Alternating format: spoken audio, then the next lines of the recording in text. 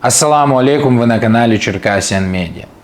Пока обсуждается строительство резиденции Лукашенко в Сочи, а белорусская оппозиция обвиняет его в незаконном строительстве на белорусской земле, причерноморские черкесы спустя несколько столетий продолжают борьбу за право на существование на своей родине.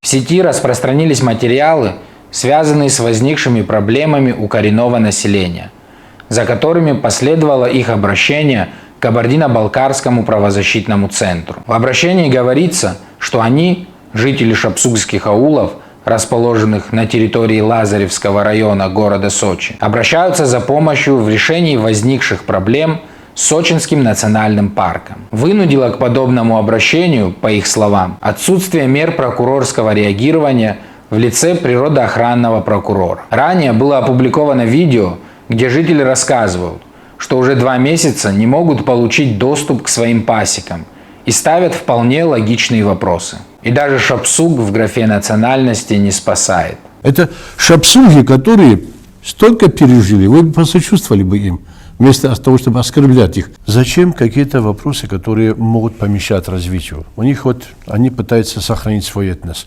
пытаются сохранить какие-то свои особенности. Причерноморские черкесы пережили жесточайший геноцид, по итогам которого практически перестали существовать такие черкесские субэтносы, как Натухай, Жаней и Убыхи.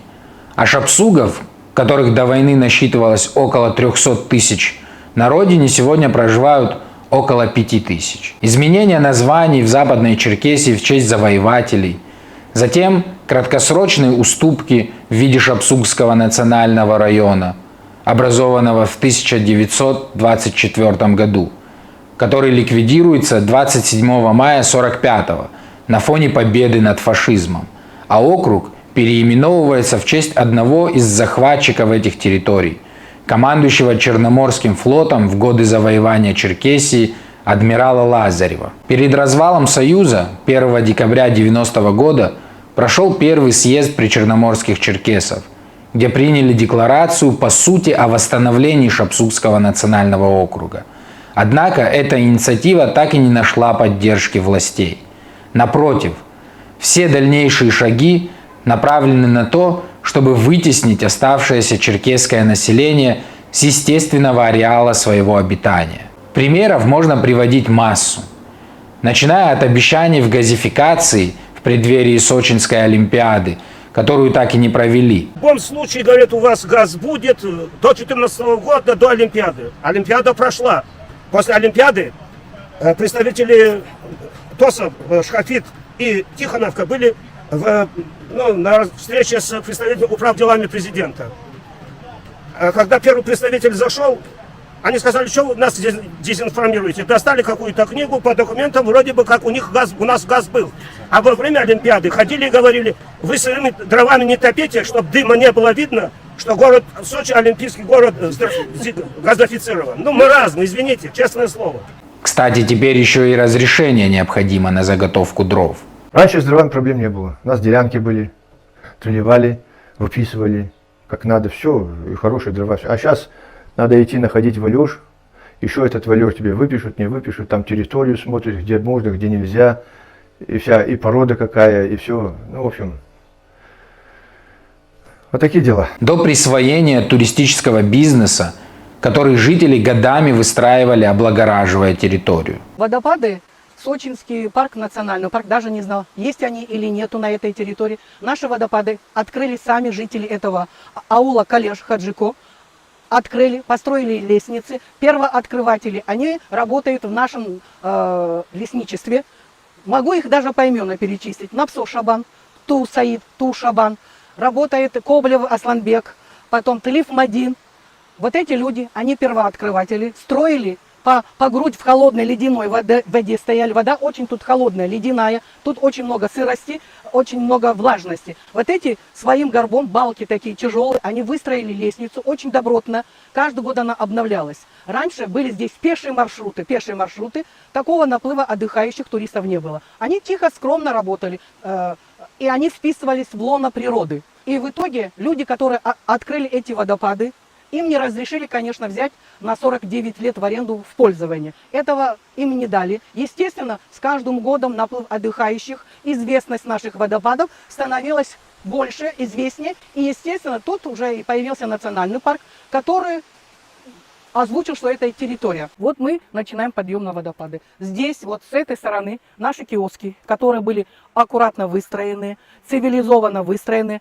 Именно вот территория, вот здесь киоск сувенирный стоял. Продукция такая, которая колорит адыгейской культуры, сувениры адыгейские. Все значимое с нашими водопадами. Нынешнее положение этих зон наталкивает на вывод о том, что притеснители в первую очередь руководствуются не экономическими интересами, а желанием выдавить коренное черкесское население.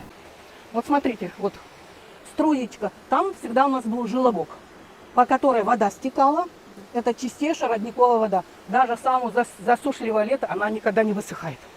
Люди подходили, набирали эту воду.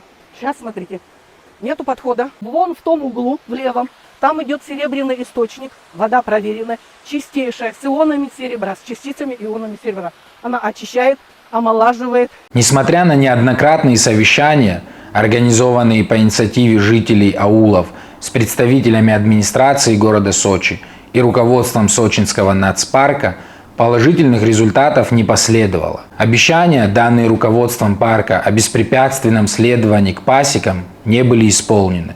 Наоборот, за посещение своих пасек на них составляются протоколы об административных правонарушениях. И кордон, который стоит, если машина проехала, они быстро приедут, вот через речку переехал только и сразу оформляют протокол. А это нам не надо, потому что мы очень законопослушный народ. В настоящее время перекрыт проезд к пасекам, не только находящимся на территории парка, но и к тем, которые находятся на запредельных территориях. Проезд прегражден постом и шлагбаумом, выставленным руководством нацпарка и исполняющим обязанности лесничего Хеишху Муратом. Вот там круглосуточный кордон выставили и тут же шлагбаум поставили. Данные обстоятельства в разгар весеннего развития пчел и отсутствие необходимого ухода и подкормки приведет к уничтожению традиционной хозяйственной деятельности местного населения. Мы сейчас, я как сказал, 2 месяца мы не можем попасть туда. Это сейчас такое время, мы упустили уже, мы не знаем, пчелы там есть или улетели. Во-первых, их надо было подкармливать, расширять, обработку делать от вороатоза и от всяких этих заболеваний. Но мы этого не проводим 2 месяца. Вы представляете, для пчел 1-2 дня это большие изменения. Мы даже не знаем, что там вообще творится. Мы же не можем вертолетом залететь, не посмотреть. 2 месяца мы без вести, мы вообще не понимаем. Краевые власти подсчитывают ущерб от пчеловодов и жителей аулов, содержащих домашний скот. При этом, как говорится в обращении жителей к правозащитникам, власти не реагируют на незаконные работы, которые проводят в русле реки Аше, на водопадах Шапсуг и Псыдах, нарушая при этом почвенный покров, срезая деревья и кустарники, причиняя колоссальный ущерб природе. Это мы уже проходили при строительстве олимпийских объектов. Дорога строилась хищническим способом. Вырубались реликтовые леса, прорубались карстовые разломы делались там в горах. Это заповедник, да, называется это Западный Кавказ. И экологи там, конечно, кошмарно что устроили. Но это же просто преступление. Кроме озвученного, у этого дела есть, конечно, и юридический окрас. На обращение в адрес природоохранного прокурора о нарушении прав малочисленных народов был получен ответ, что в распоряжении правительства Российской Федерации конкретные места традиционного проживания шапсугов на территории Краснодарского края не утверждены. Поэтому нет оснований для принятия мер прокурорского реагирования. В юридические детали вдаваться сегодня я не буду.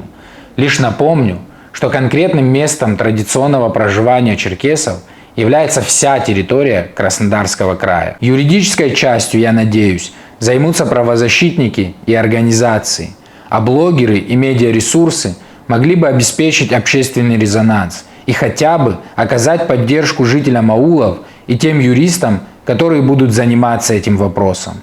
Распространяйте это видео или другие видео и материалы на эту тему. Ну а мы продолжаем нашу работу, мы не собираемся молчать и будем говорить правду. Хайрджат зартауна, ассаламу алейкум. Дергает, да? Это в Краснодаре вас обижают когда. Да, я Кондратьеву скажу, чтобы не обижали вас. Обязательно скажу.